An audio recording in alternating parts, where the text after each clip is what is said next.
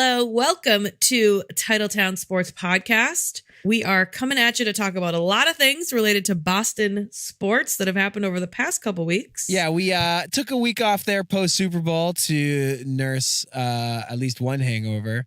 And diverse little buffet of topics this week. We're going to talk We're going to talk a little bit of Patriots and what's been going on in the coaching staff. We're going to do a little bit of Bruins, talking about this David Pastrnak injury, and a little Celtics, too, to round things off. Kyrie in the All-Star game. So enjoy the show. Should be fun. See you later.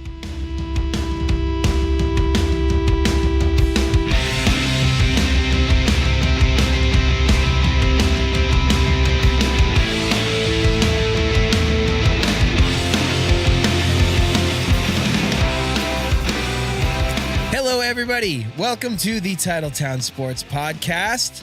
We're happy to be here with you. It's episode 67. We are your hosts. My name is Craig Stanton. I'm Melissa Burns, and I hope you're all having a wonderful President's Day, which is what is happening as we record right now. As we speak, President's Day. You enjoy your Monday off there, Burnsy? I sure did. It was great. What's it like having a job? No, I'm just kidding. That's a different discussion. You got any favorite presidents? Favorite presidents? Do I have any favorite presidents? No. Oh, okay. Good take. Also, hope you had a good Valentine's Day. Oh, yeah. Burnsy, and everybody else listening. Yeah, great. Sorry we took a week off there, but, whatever. Life happens. We're going to blame it on Melissa getting sick. No. Craig was making troubles. All right. Should we get caught up with what's been going on around town here? Let's do that.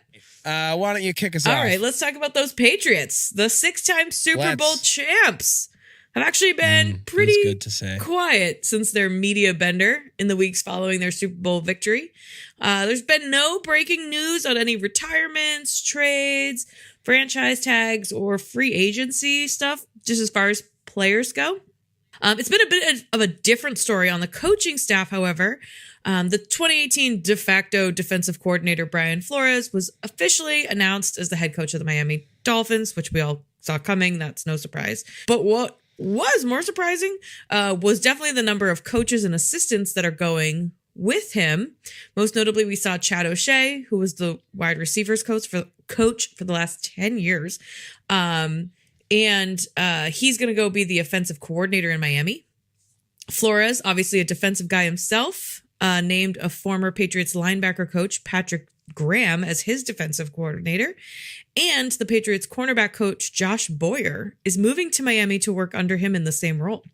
Back up in New England, the Pats named former Tampa Bay Bucks and Rutgers head coach Greg Schiano as their defensive coordinator for the 2019 season. He's a well-known FOB, friend of Bill. Yeah, Bill loves those Greg Rutgers Schiano guys. I was actually hanging out with a bunch of people from Rutgers, but they went to Rutgers this past weekend. And they were rattling off all their best players, and it felt like they were just like giving me the Patriots defensive roster from like 2012 to like 2015. Yeah. Freaking the McCourties, Logan Ryan, fucking Kenny Britt was on there. There was one other like Patriots corner who I'm forgetting. Anyways, a lot of Rutgers guys on the Pats, as we know. And now Greg Schiano's the fucking DC. We'll see how that goes. How about the Bruins? Yeah. They've actually been on a fucking little bit of a tear. They've won 5 straight games as of, again, it's Monday night right now. They've won 5 straight. They've won 7 out of their last 10, and they've gotten points in 10 out of their last 10 games. Nice little run here for the Bees. They're in the middle of a 5-game, mostly West Coast trip right now, and they've got wins against LA and Anaheim already in the bag, and they're playing San Jose tonight, Monday night, in Vegas on Wednesday. And then they're going to finish the road trip taking on the red-hot St. Louis Blues on Saturday afternoon. Nice little 2 days off in Vegas for the Bruins. I wonder when they're flying out. Yeah. I wonder if they'll let them stay in Vegas or if they make them go to St. Louis. Like, what a swing that is. What a difference in city quality and like amount of fun available. Well. If I was Don Sweeney, I'd be like, get these guys on the, like, don't even take your equipment off. We'd have just a red eye on Wednesday night. So the Bruins have been playing really well. However, the biggest piece of news in Bruins land that came out this week was not so fucking great. Not great. The leading scorer of the Boston Bruins, you might know his name, David Pastrnak, injured his thumb this week. And according, I think, interestingly, to the official Bruins Twitter account, I'm paraphrasing, but they tweeted this out, and it says that he hurt his thumb after falling down while he was making his way to his transportation after a sponsorship dinner last Sunday night, which was after the Avalanche game, for anybody that cares, around 11:30 p.m. And the just the way that shook out is the Avalanche game last Sunday was at 3 p.m. So then they have this like team dinner thing later at night. They were off the next day, and then the following day they had the Blackhawks at home. So you can imagine what kind of fun and shenanigans the younger players on the team may have been getting themselves into. Although that's all speculation, I suppose. He didn't break the thumb, but he had surgery this week to repair ligament damage, and is expected to be reevaluated in 2 weeks. And this fucking really sucks, because obviously the Bruins have been struggling to find scoring outside of their top line, the Pastrnak, Bergeron, Marchand line. And just a fun little stat for you. The Bruins have 174 goals this year, and Pastrnak has either scored or assisted on 66 of them, which is 37% of the time. Wow. So like over a third of all the Bruins scoring comes either at the hands of or, off of an assist from David Pastrnak. So him being out blows. Wow, good fun fact. I like that one. Yeah, I heard her on the radio. No big deal. NBD. We can poach with the best of them. All right, let's turn to the Celtics, who finished off their slate of games before the All-Star break with 2 really ugly losses at home to LeBron's Lakers and then to the Clippers 2 nights later. Just an interesting note, they were the only team to not hold up their end of the #BeatLA bargain.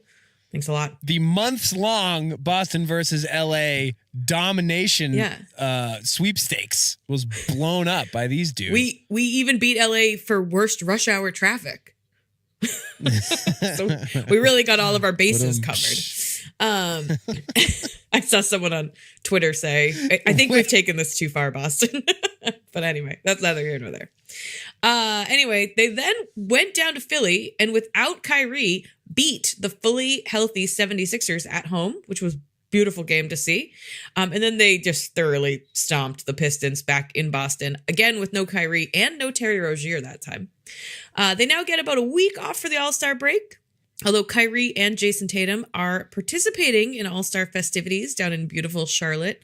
This is all amidst much hand-wringing from Celtics fans about Kyrie's health and whether or not he should suit up for the game itself. Newsflash, he did end up playing. Some potentially big news coming from All-Star Weekend was New Orleans Pelicans big man Anthony Davis said that he would actually be open to a trade to the Celtics and that he never said Boston wasn't on his list. So perhaps the C's have a chance to beat LA after all in the Anthony Davis sweepstakes this offseason. The plot thickens. And then finally, we have the Red Sox. And since we left you last, which was on Truck Day, the Red Sox spring training has officially begun. Pitchers and catchers reported a couple weeks ago. Positional players reported last week. It's basically like the same gang, like no real big time changes. But one piece of somewhat significant, I think, sort of money related contractual news this week. I think so. After a salary arbitration meeting, the Red Sox and reigning American League MVP Mookie Betts agreed to a $20 million salary for 2019. Not a bad ticket, which is actually, fun fact, the most any player has ever pulled down in the salary arbitration. And historically, just for some context, negotiations salary-wise between the Sox and Betts haven't been great over the last few years. They've tried to do some restructuring, different sort of things, and he's rejected them every step of the way. He's not set to be a free agent until after next season, not this season, but next season, the 2021 season. But even still, it's good to see the two sides coming together and for Mookie to get some cash. Obviously, I think everybody would like to see him resign. Yeah. But you never know. Well, so that's what's been going on in Red Sox world. Yeah, but you don't want to, I think, you don't want to end up with a contract like you have with Dustin Pedroia right now, where he's signed for the next 3 years. And it's like, Jesus, it's just anything to get that guy to go away at this point. So I think the Red Sox are a little careful about that, but Mookie's definitely worth a serious investment. Yeah, for sure. And honestly, like, depending on what he can give you for the meat of that contract, like, I might even say, fuck it. I'll take 3 shitty years on the back end where you're still paying him if he's like old and banged up. I mean, he's a different animal than Pedroia. Right. I mean, Pedroia was a lifelong little overachiever who, was fucking good when he was good, but he was never, I don't think, Mookie Betts level, or no. I don't think he had the natural talent.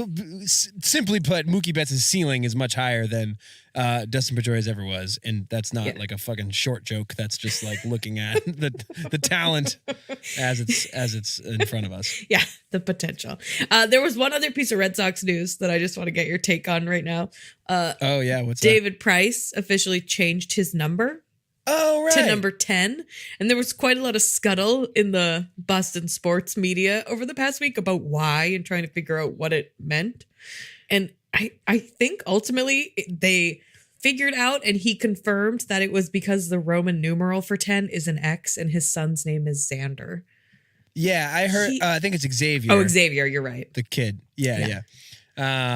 But yeah, that was the theory I heard as well. But in typical David Price weirdo fashion, he just wouldn't tell. Right. He was like, "I'll let you guys figure it out." Like, just like, why are you being so weird? Why does he have to be like this? that? That's the shit he does that make people not like him. Why couldn't he just say like, I changed it because of this just reason. Play it straight, dude. Like just fine. It's a weird reason to change your number, but okay, cool.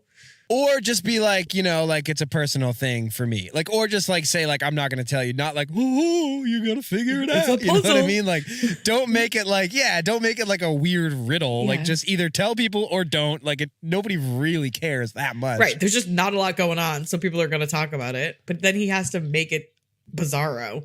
He's just a weird cat, that guy. I'm really curious to see how this next season plays out for David Price. Like he clearly thinks, and like for right now, this is true, that like the fact that they won the World Series last year and the fact that he performed at a high level and was obviously a huge contributor to that championship team, like he's obviously looking at that like that's just armor, right? Like no one can say a bad word about him because he fucking won that World Series. And like that's true right now in spring training. Right. But like I'm really curious to see how this year goes. And I mean, I hope they're good, and I'm sure they will be.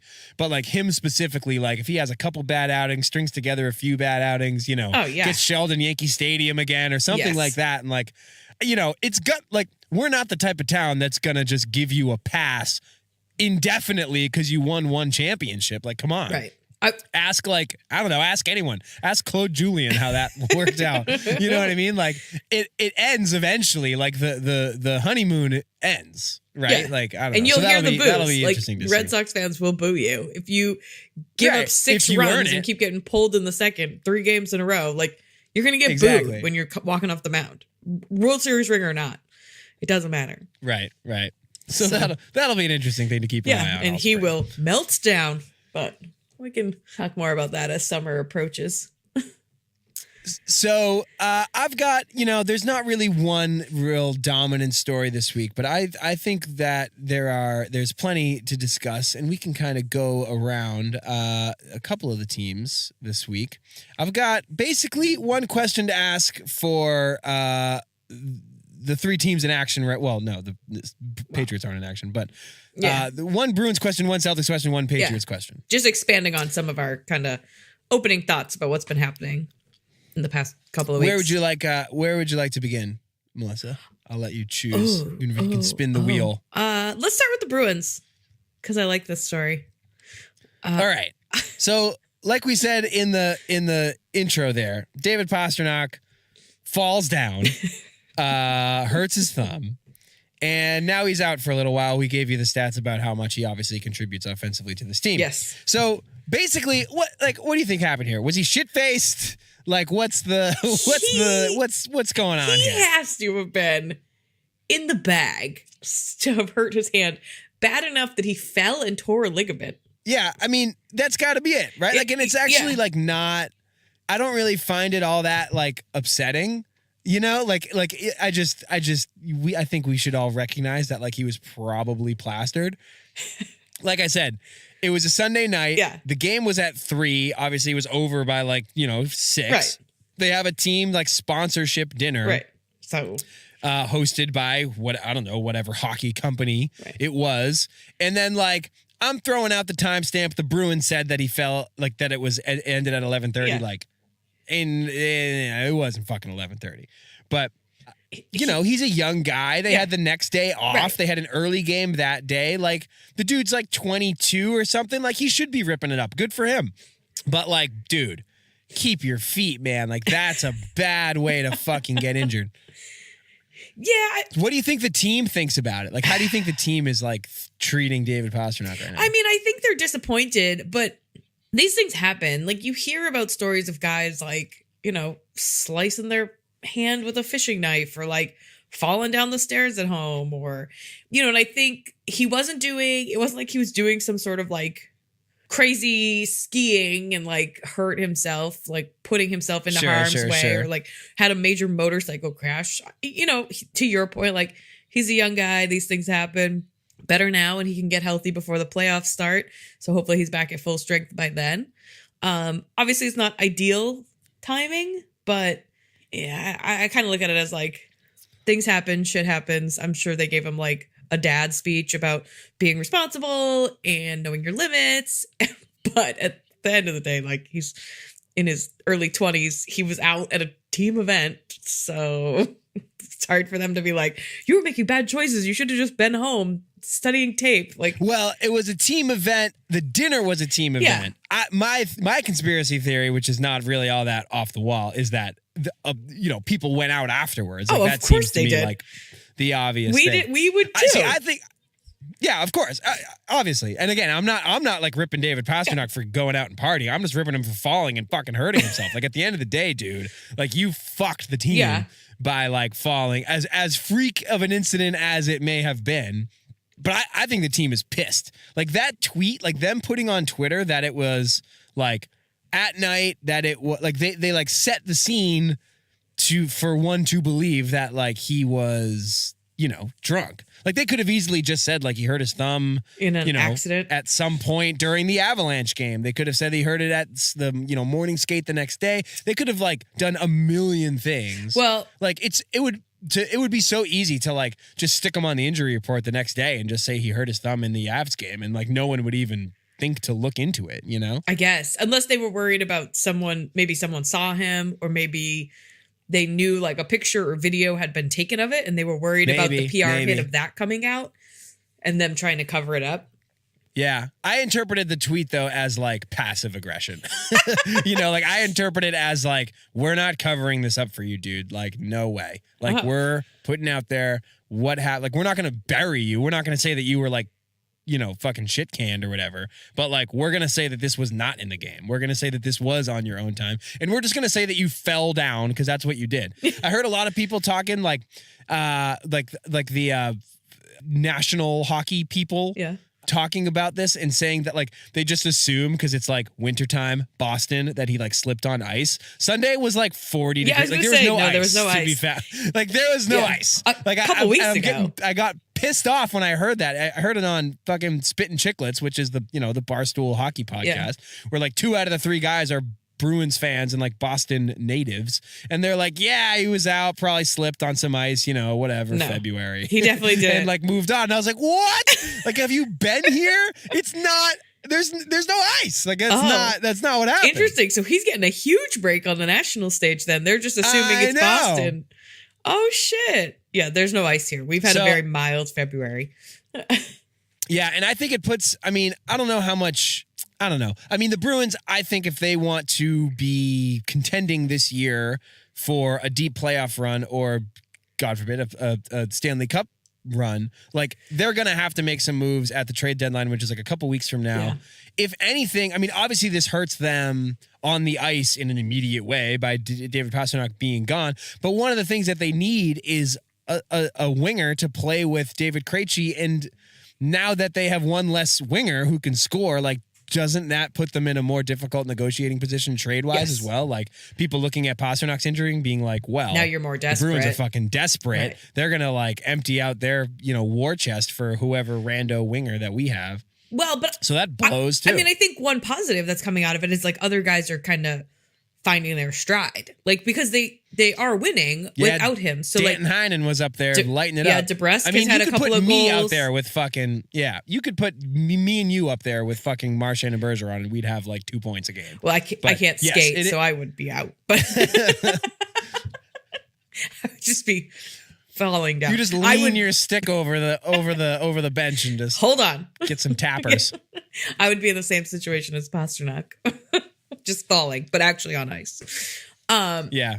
I mean, I think though, like, if it is helping other guys kind of score and like get maybe some confidence that they can score, like, that could be a positive outcome. We can look at things in a more positive way. Melissa with the silver lining. You must be in a good mood tonight. Yeah, took a nice nap.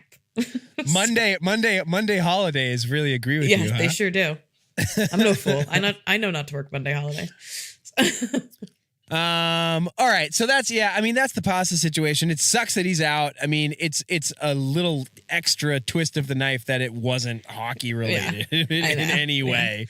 And hopefully they can make something happen at the deadline. Hopefully they can improve their team. I've got a bigger Bruins take that I'm waiting to like unleash on the podcast sometime soon. They're pissing me off. Okay. All right. Keeping it under your hat. That's real big market tease. We don't even know when it's coming. Yeah. Well, once we get a good full Bruins, like really sink our teeth in episode, I'll unleash this. Probably right around the trade deadline. We'll need to do that. It's like a crock pot take. It's just like low and slow and steadily burning. Simmering. Over many weeks. You want to check back in with the Patriots and find out what's going on with their coaching situation? Yeah, sure. So we talked in the opening about, the big news and the big changes that have come to the Patriots organization have all really come from Brian Flores taking that job in Miami and taking basically everyone else with him, it feels like. Do you think that's going to end up being a big deal? And does it say something about Belichick's, future in New England? Yeah, so I thought it was interesting, and I've sort of interpreted it multiple ways. The initial thing I thought was that like people must just really fucking like Brian Flores. We didn't really hear that much about him because he's obviously only been, in the spotlight, so to speak, for a year. But I think the Patriots honestly did a really good job of keeping him out of the spotlight all year for whatever reason. Yeah. I can't think of a single freaking interview the guy ever gave. No, I don't know that I could tell you what he sounds like. Yeah. If he called into our freaking podcast, I'd be like, who the hell was that? Was Brian from Miami? And he obviously did a great job. I mean, the playoff run, the way the defense played speaks for itself. And I don't know, like you heard some, and so I contrast that with Josh McDaniels, who's sort of the heir apparent to the Patriots head coaching position. You don't hear a lot of like glowing, loving stories about Josh McDaniels. Like usually when you're hearing people from like outside the organization talk about his personality, it's not great. Like from his Denver days, from his St. Louis days, like, I don't know. He just like isn't, I don't think he has a reputation. I mean, certainly like what he did to the Indianapolis Colts last year speaks to that. Like just like who does that fucking thing where they accept the job and literally like walk off the plane and come right home. You know what I mean? So like, I don't know. Josh McDaniels, I don't think has the most sterling reputation around the league, to say the least. And so I first interpreted it as like, wow, fucking Brian Flores, hell of a guy. He's taking all these guys with him. They must like love working for him, working with him, all that stuff. And then I actually thought about it a little bit more, and I kind of flipped. Okay. And I'm actually thinking that it might mean that Belichick's in for a little bit longer than we might think. Oh, that's what I took it to mean too. Yeah, like if Josh is the heir apparent, right? And then you would think that Brian Flores would be the DC, and Chad O'Shea would be the offensive coordinator, because Chad O'Shea, the wide receivers coach, was sort of like Josh McDaniels' right-hand man. Yeah. And then everybody just bumps up, right? Like, so everybody kind of just like takes that next step. And I think there might have been something internally that changed, that maybe Bill is reinvested, rejuvenated, and he doesn't plan on calling it quits anytime soon. Yeah, which, I mean, that's fine by me. That was exactly how I took it too. It's like, oh, you see all these guys jumping, and it says to me like, oh, they must know that like this is their only chance for advancement. Because someone like Chad O'Shea doesn't stay for 10 years with one organization and then suddenly, head off. And like, I don't know how much of a relationship him and Brian Flores would even have, like Brian Flores being right, the different sides of the ball, for sure. Yeah. I mean, obviously there must be in coaches meetings and stuff together. And so to me, that one in particular says to me that he doesn't see Bill leaving because he doesn't see Josh moving up. So he doesn't see that offensive coordinator position coming to him in New England anytime soon. You know what one I actually found really interesting, though, and I don't have even like a theory on it. I just thought it was really interesting. This guy, Josh Boyer, and this is like way in the weeds, like more so than we usually go on this podcast. But Josh Boyer, who's the cornerbacks coach, not to be confused with the quarterbacks, cornerbacks for the Patriots, is going to Miami to be the cornerbacks coach in Miami. Lateral move. Yeah. Right? Going to work for B. Flores instead of Bill Belichick. And I just found that, I found that one fascinating, because the other guys, it's easy to sort of suss out, their reasoning, or at least you can theorize about their reasoning, because they all got promotions. Right. You know what I mean? Well, Flores goes from a don't call me defensive coordinator to a head coach. O'Shea goes from wide receivers to OC. Like, you can see everybody just taking a step up. This Boyer guy, lateral move. I mean, maybe a pay bump or something. No state income tax in Florida. That's true. But like, I just found that one interesting. Like, you don't see a lot of people leaving the Patriots for lateral positions. You know what I mean? Yeah. And I mean, maybe it's a mix of both things. Like, maybe that one is that he, appreciates working with Brian Flores. He sees what he's, trying to accomplish. And he wants to be a part of that. And, so it could be a little bit of a mix of both things. Yeah. Yeah. But that one, that particular one definitely was raised an eyebrow for me. I mean, and these is like the sort of just the beginning of the, what I think is going to be a fascinating Patriots offseason. Yes. Quite the opposite of what we were just saying about the Red Sox, where they just like brought the whole band back, right. Pretty much, save for Joe Kelly and Craig Kimbrell. But like, don't try to make me say that name. Yeah. But yeah, I mean, before any player movement has happened at all, and there seems like there could potentially be a lot. Gronk might retire. Jason McCourty and Devin McCourty might retire. You've got Trey Flowers, who's going to be a free agent. Trent Brown, who's going to be a free agent. You've got a bunch of nobodies at wide receiver. They're going to have to figure out what they're doing there. Like, there's going to be a lot of player movement all over the map once I think it's like March 13th or something like that is when like the 2018 contracts expire and free agency starts. So who the fuck knows? But already just on the coaching staff, I mean, that's a ton of turnover coaching wise. Yeah. And, they've always had so much continuity with their coaching. And I think it's part of what has kept them successful for so long is just that consistency of knowing the playbook and knowing how to bring guys through the system and, knowing how to like coach them up in a certain way. And now you're losing a whole bunch of that at some really key positions for them very rapidly. Yeah. And I mean, it's funny too, because you never like, again, this is like what is a frustrating element of being a Patriots fan is like, I don't really know how much Brian Flores did, right. Like it's tough as Patriots fans. Like when I feel like a lot of the times, like, we blame Matt Patricia for the 2018 defense sucking, but we praise Bill Belichick a lot of the time for the 2019 defense being awesome. And it's like, well, if they suck of it, it's the coordinator, but if they are great, it's Bill, right? Yeah. Where like, I don't know. I hope that was, for as a Patriots fan, I hope the success of this year's defense was mostly Bill and less Brian Flores because, sure. One guy's here and one guy's gone. But I guess we'll find out once they freaking plop Greg Schiano in there, who's really just a Bill disciple puppet, I think. Right. Yeah. And he's not even a disciple yet. He's not from the tree yet.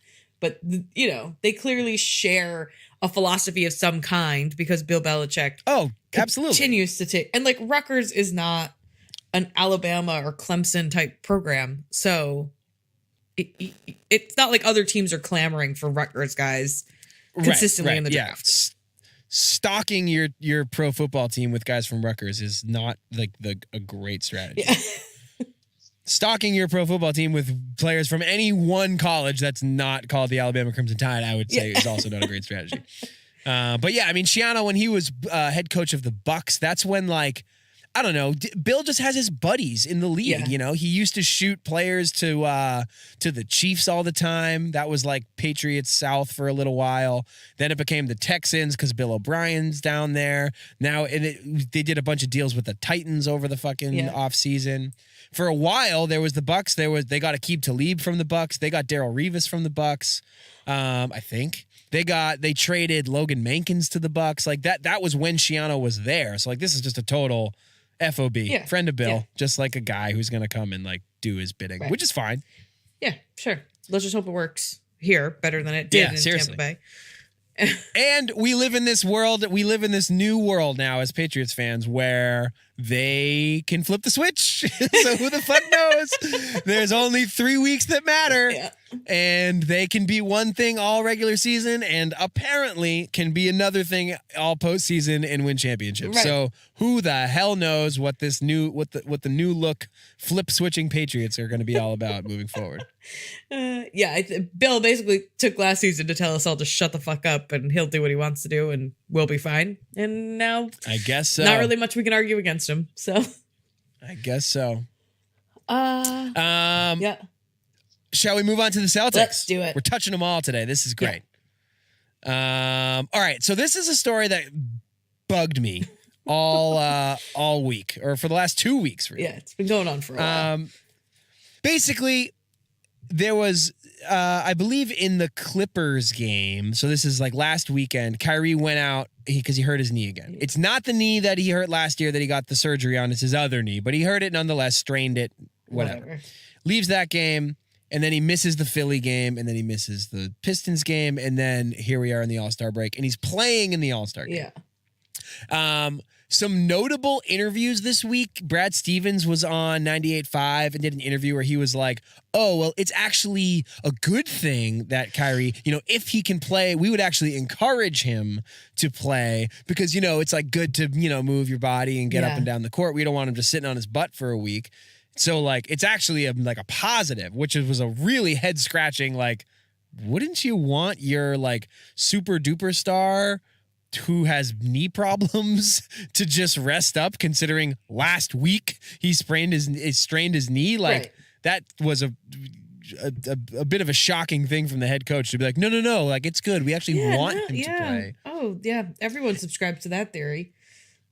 And then, ensue just a whole bunch of fucking bedwetting, I think, about like whether or not Kyrie Irving is going to play in the All-Star game. Chris Gasper, who is a writer who I really like a lot from the Boston Globe, like wrote this big piece someday earlier this week, I forget when, just like imploring Kyrie Irving to like do the right thing and not play in the game for the sake of the team and the organization and sending the right message and being a leader, all this stuff. So basically, I want to know your take, and I certainly have one as well, of what do you make of Kyrie playing in the All-Star game, and sort of just the reaction and the nervousness from Celtics Nation. I think it's playing in the game. I actually think is a bad look by Kyrie because he's trying right now to find a way to like motivate his younger teammates and build teamwork and camaraderie, and it gives a little bit that feeling of like, well, I wasn't healthy enough to play for what mattered, but like, this is fun and this is my friends and I want to do this. So like, I'm going to figure that out. And I get there was like a bunch of time, obviously, between the games, and like their last game was against the Pistons. Like they didn't really need Kyrie to win that game. But, if he could have played just even a couple minutes in that Detroit game, it would have been a way better look when he went out to play in the All-Star game. Right, and the Brad Stevens thing, like if you're gonna play one of those 3 nights, right? Yeah. Like you're either gonna play on Tuesday, Wednesday, or Sunday. if you can only pick one, and Sunday's the fucking All-Star game, which is just a scrimmage with your buddies. Right. Like, the right thing, quote unquote, the right thing to do would be to play on Tuesday or Wednesday, the regular season game. Yeah, and even then, like, even if he did that, just playing a few minutes in that game, then there's no story about him playing in the All-Star game. Because it's like, okay, like, well, he was healthy enough to start in the Detroit game. They got out to a lead. They didn't need him. They sat him down. And then he had 4 days between that and the All-Star game to, like, rest up and get healthy. And he was 100%, and he'll be 100% going forward. But yeah, he's had kind of an injury-filled season. Like, I feel like he just keeps sporadically missing games. Like, you just keep hearing, like, oh, with no Kyrie and no Kyrie and no Kyrie. Yeah. And, like, these little... And some of that's, like, just downtime, Sure. like, just, like, scheduled maintenance, like... But, yeah, he has kind of had a couple dings here and there. Yeah. And they're obviously being super cautious with him, too. Sure. But, yeah, you're definitely right. I mean, it's not like he's been, like, the Iron Man all season. Right. And so it just, to me, is, like, him... playing in that game, it just isn't a good look when you think about what it is that they're trying to do and like the tone that they're trying to set in the locker room right now and kind of the season that they've had and some of the hurdles that they've had about, you know, just not connecting and not feeling like they're coming together. And he's calling LeBron for advice on how to, like, you know, help his younger teammates and all that bullshit stuff. And then it's like, okay. All right, but I'm going to bang out of these last 2 regular season games and go play a highly televised scrimmage with my boys. Right. With LeBron. Yeah, I mean, I agree with that. I kind of am of 2 minds about it. Like, definitely if Kyrie was interested in being like Mr. Celtic, Mr. Leadership, and like team captain, so to speak, right. He shouldn't have played in the game, right? Like, it's pretty simple. Like, you haven't been available for the last 2. Now you're just going to like bang out of the last 2 games before the All-Star break and then like go play with your buddies. So like that's one thing.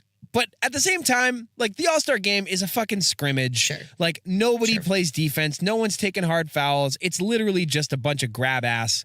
Like if he was scrimmaging around at the Auerbach Center, like no one would know or care or anything. Like it's just the fact that we can see it happen and like, I don't know. I think there was like a lot of bedwetting about like, oh, what if he gets hurt? And it's like, I understand the guy's injury prone, but like he fucking plays basketball every day of his life, no matter what.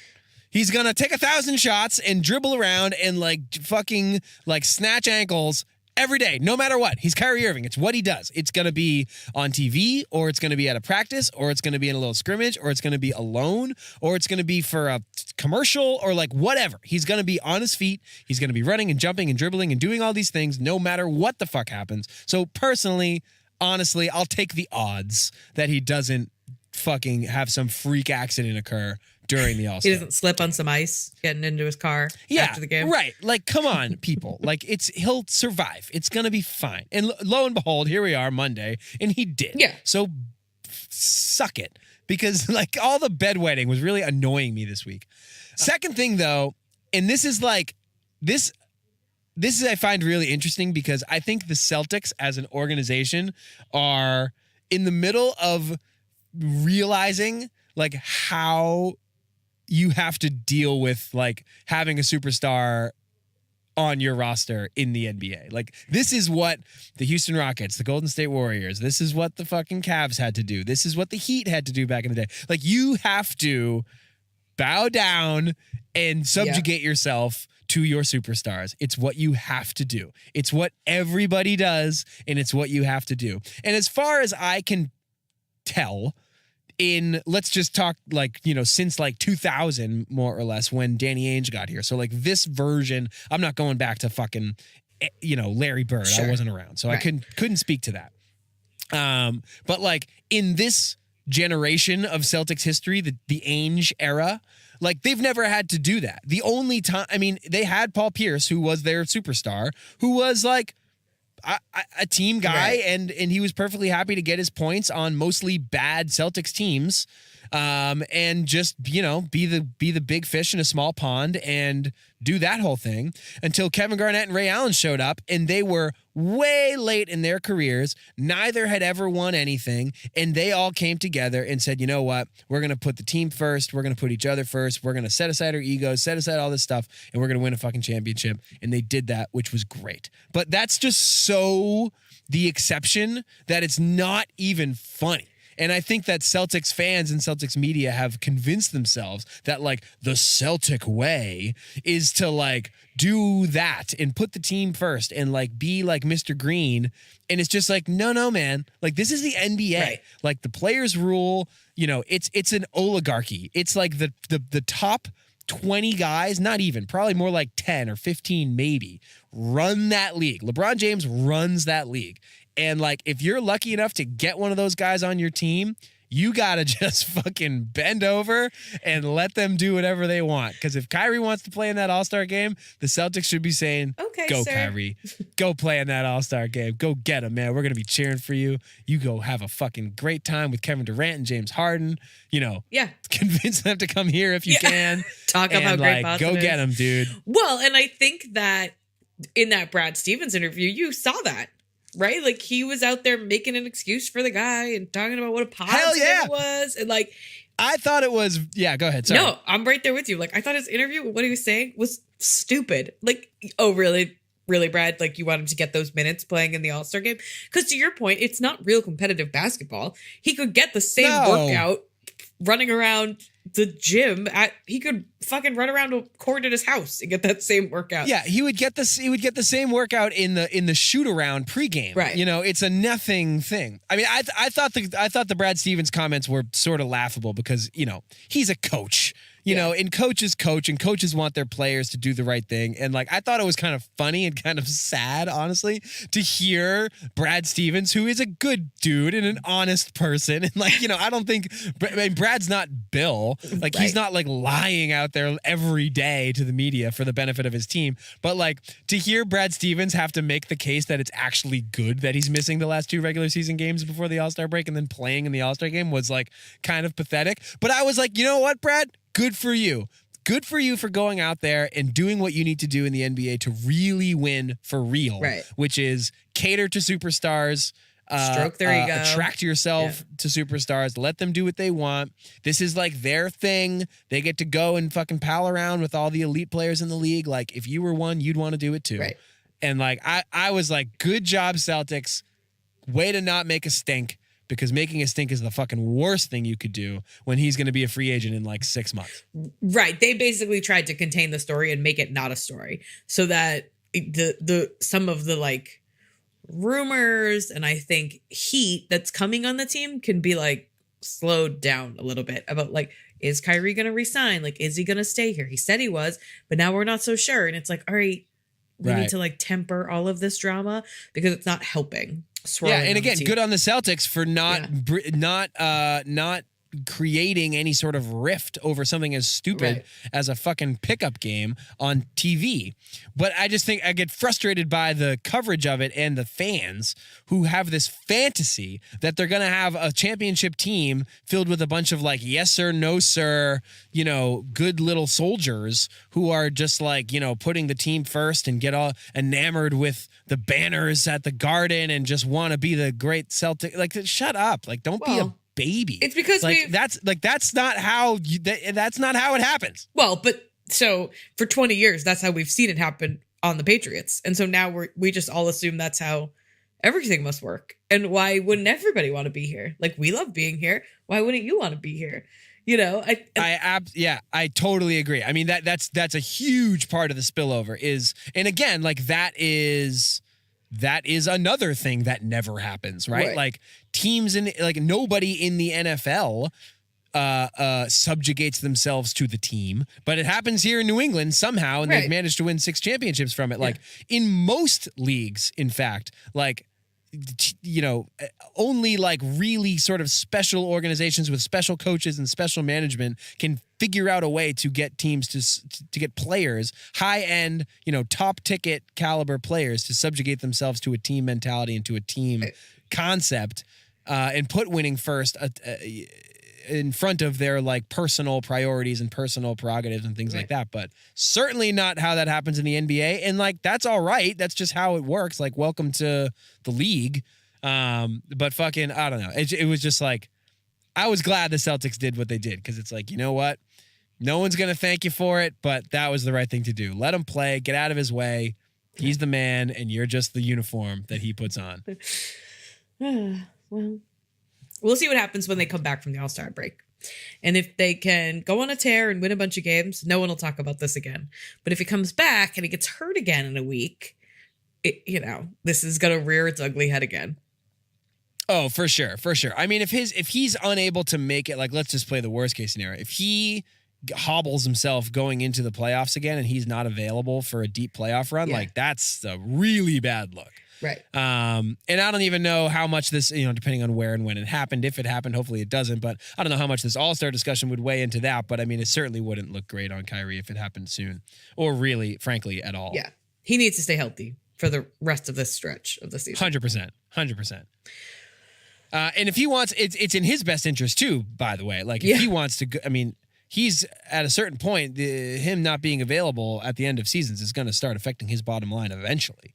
Yeah, it has to, right? Like, why are you going to pay for someone that can't stay on the court? Yeah. When it matters. Agreed. Yeah. Especially if he's a big pain in your ass. Yeah. Right. If he's winning you championships, then it's all worth it, right? But if he's not, then it's not. Right. If he's just annoying and can't stay on the court when you need him, then like, what's your upside? Yeah, then he's Carmelo Anthony. Like, what are we doing here? All right. Glad I got that off my chest. Want to head into some lightning round? Yeah, let's do it. All right. We're freaking moving along here. This is great.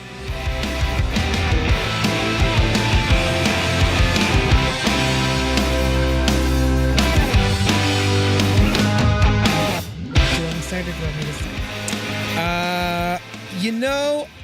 I'll start. I'm curious about what your opinion is on this first question. Okay. So we are in the midst of the hot stove, as it were, or the very cold stove, as pretty much all of the big name free agents in Major League Baseball have been left unsigned during the baseball offseason. Mostly Manny Machado and Bryce Harper, who are the fucking premier power hitters in the league, not to mention our old buddy Craig Kimbrell as well. So yeah, what's the deal here with all these free agents just not being on teams yet? Do you think there's collusion among the MLB owners to not sign anybody at a big ticket, or is it just market correction because these guys have fucking ridiculously huge contracts? I think it is a market correction, and maybe there's some collusion with that. Maybe the teams have started talking. It's saying like, okay, we can't keep paying these salaries. We've talked before, like, I don't understand how baseball affords these salaries because all you hear about is like ratings and attendance being down. And I think the one thing baseball has going for it is just the sheer volume of games that they play. Mm-hmm. Obviously generates more money from ticket sales and concessions and ad revenues on TV and stuff like that. But, Manny Machado has come right out and said, like, he only tries when he wants to, or whatever his comments were. And it's like, listen, baseball teams can't keep committing themselves to these large contracts and still make baseball attainable for the fan to actually come and enjoy, because ticket prices are going to keep going up. Concession prices are going to have to go up in order to pay these salaries. And, eventually there's a break point where people are going to be like, yeah, no, it's too expensive. Like, I'm not going to go. So I don't think it's the worst thing in the world that they're trying to like right size things a little bit here. Yeah. It does suck for the off season though, just from a like fun and drama perspective. Yeah. Like, this is the only sport where people don't get signed on day one of free agency. Yeah. And I think baseball can help that by like putting in a free agent period. They kind of just let it happen when it happens. Like, it takes kind of a natural flow. Yeah. Unlike other sports that there is like a free agency period and teams are planning for it. And there's a lot of like buzz around the teams as they get ready. And there's like an urgency to make things happen and to sign people so that you don't miss out. And so maybe baseball needs to put something in like that. But we're into spring training and these guys haven't been signed. They already have put something in. They colluded to say nobody signed these guys and the prices will go down. I think that's fair. I don't think it's a bad thing. I think it's a good thing for baseball. Because I think they need to rebuild their fan base, and they need to do that by making it like that you can go to a game for a reasonable amount of money so that parents take their kids. Like, oh, well, here's something we can do on a Sunday afternoon, and it's not $300. Yeah. All right, next. Anyway. Next, another collusion question. Colin Kaepernick has settled his collusion case against the NFL.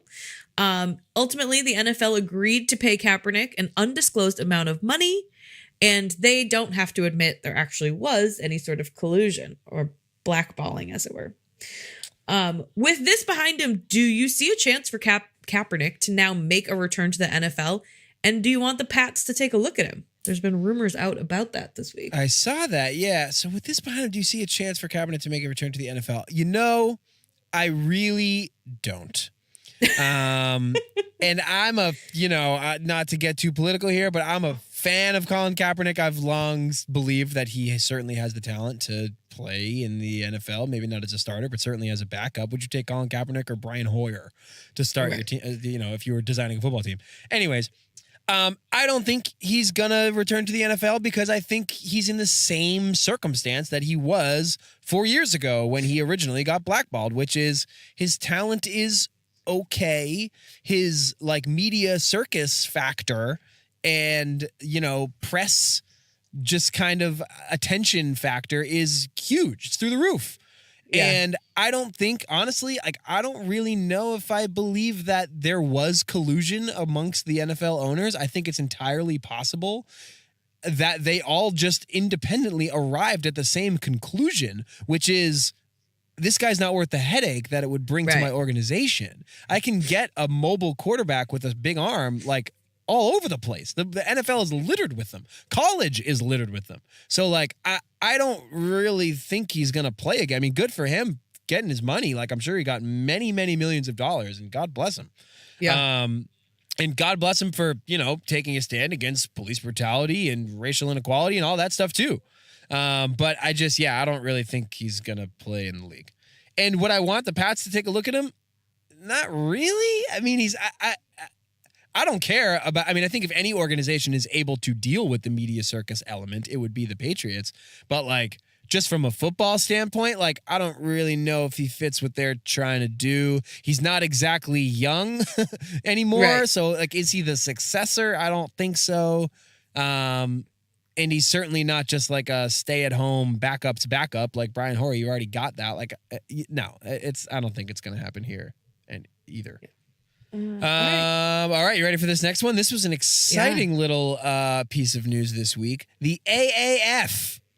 No, not the old alternative rock station here in Boston. This is the Alliance of American Football, which is a new spring league that kicked off last weekend. Got a lot more success and buzz than I think anybody, certainly you and I, initially imagined. So the question for you, Melissa, is did you watch any of the games, and do you think it could be a successful long-term little, spring football league? So I didn't watch the games. I kind of forgot that it had started. I don't know if it'll be successful. I think the thing that is kind of bolstering it a little bit right now is the fact that many states are starting to institute sports gambling, and that came out sort of towards the end of the football season. And so I wonder how much the ability to gamble on the games is driving some of the interest. I kind of like having a break from the NFL occasionally. Football is a very tense sport to watch, and I don't necessarily have a vested interest, I guess, in any of those teams that are playing. None are really around here. They're all kind of southern. Yeah, they're all southern markets teams. For sure. I mean, yeah. Which is interesting because I feel there you're competing against college football too, who have not this time of year. You're not. They do have some spring games that they play. In places Alabama, bang out their stadium for fucking spring scrimmages. It's bizarre. Oh, well, sure. But I mean, that's I think that's the brilliance of this league is that if they can be smart about where they play, I think there's totally a market for a little JV NFL to happen in the spring. Think about how many players are tweener college NFL guys. I heard on the radio this week, like Tim Tebow, great fucking example of a guy who like could be your perfect, like, oh, remember him in college? He was great. Like never made it in the NFL, like blah, blah, blah. Like, what was that thing? The USFL, like back in the 80s was all like that. That is what this could be. Like a spring league, like Doug Flutie played in the USFL, right? Like, you know, not exactly a world beater as an NFL starting quarterback, was totally a world beater in college, like kind of that tweener thing. And like, boom, there you go. USFL, play there.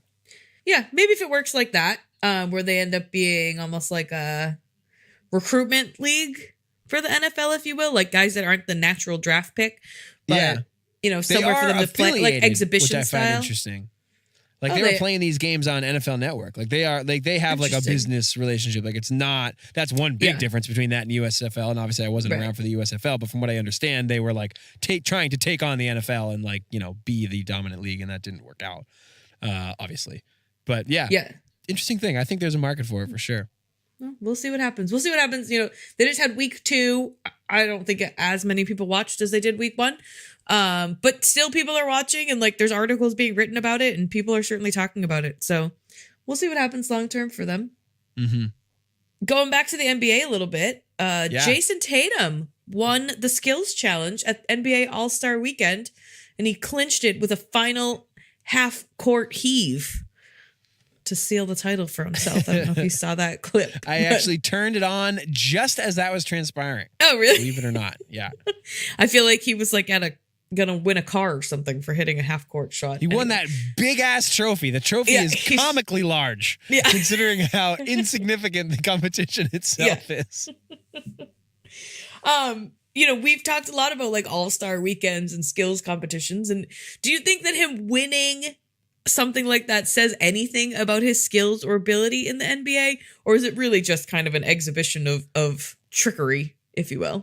No, it doesn't say anything about, I mean, he's obviously nasty, but like this competition was not really meaningful in any way. I think it was good that he participated. My biggest thing with these skills challenges is that I just wish that the best players would go. Like for some reason, like in the NBA like culture, the really good guys don't participate.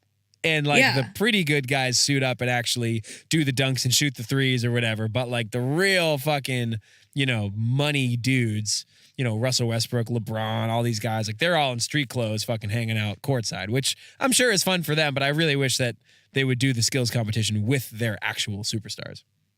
Yeah, it's weird that they don't, because I feel like of all the sports, superstars actually want to play in that game. Like, i.e. the Kyrie conversation. But they won't do any of the other things. Like they don't do the skills. They won't do the dunk contest, 3-point. Right? Yeah.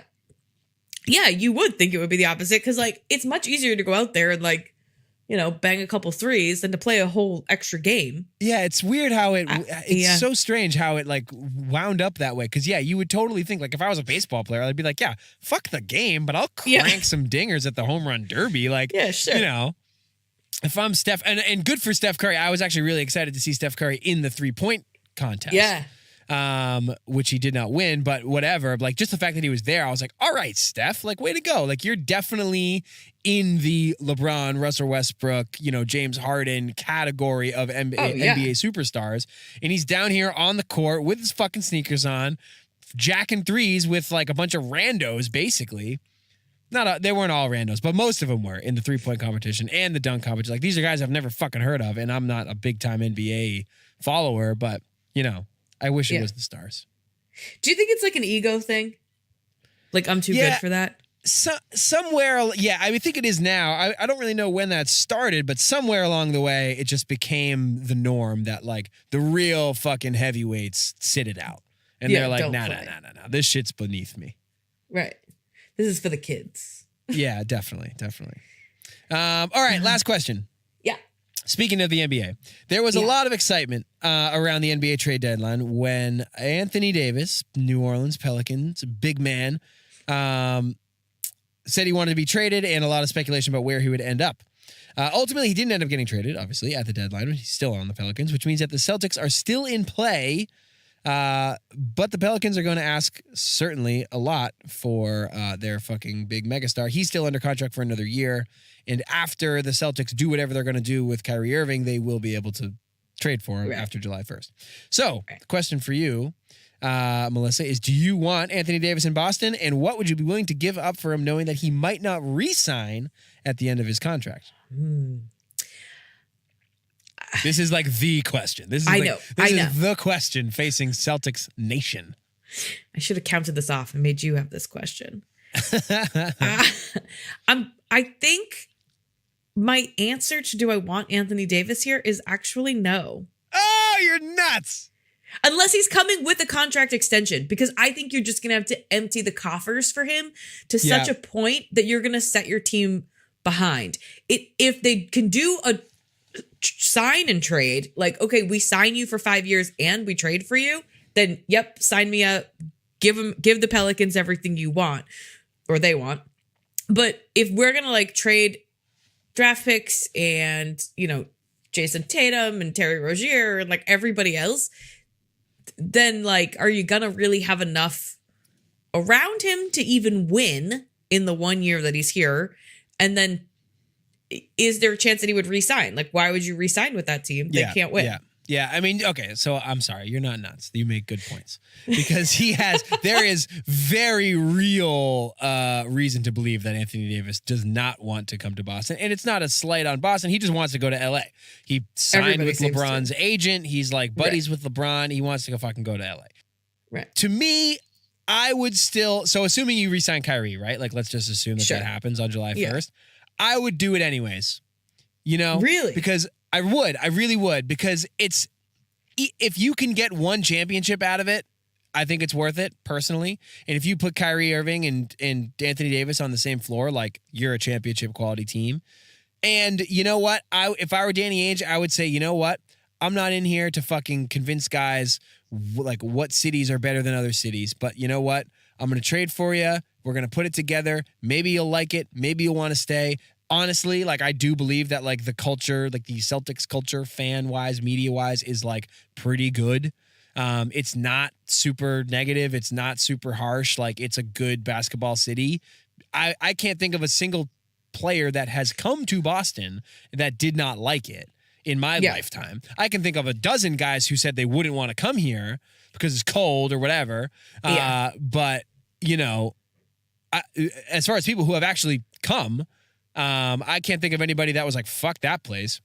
But anyways, I would do it because, I think he just got to shoot his shot. I think it's too much to ask to think that you're going to find an NBA super duper star who's looking to get out of town, who you have the assets to acquire, that you can pair with your current assets that complement well, while you have the coach, while you have Kyrie, while you're in this moment, like, who also, was a fan of Larry Bird as a kid. You know what I mean? Like, that's just you can't, it's not out there. You're not going to find it. So like, you're going to have to go a little bit against the grain because Boston is not one of the premier, cities to live and work and play in the NBA, but you got to do it. That's the only way you can do it. All right. Well, we'll see what happens. Maybe he fucking ends up digging it. Maybe he goes to fucking Game 7 of the finals and loses to Golden State next year with Kyrie and the Celtics. He goes, you know what? Fuck this. I'm staying. We're gonna win at this. You know what I mean? Like, they're we're better than them. We can guys. Win like, I can see him being in New Orleans, which is a shithole, not of a city, but of a basketball organization, and being like, get me the fuck out of here. And he's got his, he shuts his eyes at night and dreams about him jumping around with LeBron in LA. But like, if he actually comes to a good situation that's not his current situation, like I think you could make the argument that you might convince him to stay. Well, and I just worry, like, now hearing him say, like, I didn't say the Celtics were off the table. And it's like, okay, you're right. You technically didn't. Your dad did. But yeah. Like, that was a little, is it just like non-committal. Well, my first relationship didn't work out. So I better, open up my horizons again just to make sure I can get out of this shitty deal that I got going on here. But honestly, this relates back to the All-Star thing too, because I would want, again, Kyrie, go there, spread the love for Celtics Nation. Go paint everybody green and hang out with Anthony Davis. Go hit the bars with Anthony Davis. Like, get him here. Go recruit. Show him how to get his eyebrows waxed. Little like and that. if it ends up that Kyrie fucking recruits him and they go play together in New York or LA, then it's like, well, what can you fucking do? You shot your shot, you tried. This is it's weird to think of Boston as like a second tier market sports wise, but in the NBA we are like that, and we have to operate differently. It's like small market teams in baseball. You can't just go out and sign the best player. Like you got to be a little more creative and a little bit more willing to take risks, I guess, because people don't just dream about coming here and playing like they do going to be the next great Laker. It's weird though, because it is such a storied franchise. You would think that like it would carry some of that cachet that like playing for the Bruins or the Red Sox has. Like there is something to playing for an original six team in the NHL, or playing for like the Red Sox or the Yankees. And the Celtics, it just doesn't carry that same weight in the league. I think for some players it does, but certainly not all. You know what I mean? Like it's ancient history, and like that's fair. Well, yeah. And I think that's the thing, is it was a long time ago that you're looking at players like Larry Bird and Bill Russell and those guys running around the parquet here. So for sure. Whoa. Wow. Well, lots to discuss. This was fun. Hope you enjoyed it, folks, assuming you made it. If you are looking to interact with us, you can find us at Titletown Pod anywhere that social media happens. Mm-hmm. And if you want to get involved with the program, you can certainly call the old Titletown voicemail, 904-87-TT-POD is the number there. Leave your take and we'll play on the show. Yeah, sounds great. And other than that, have a great week. Bye. See you later, Burnsy.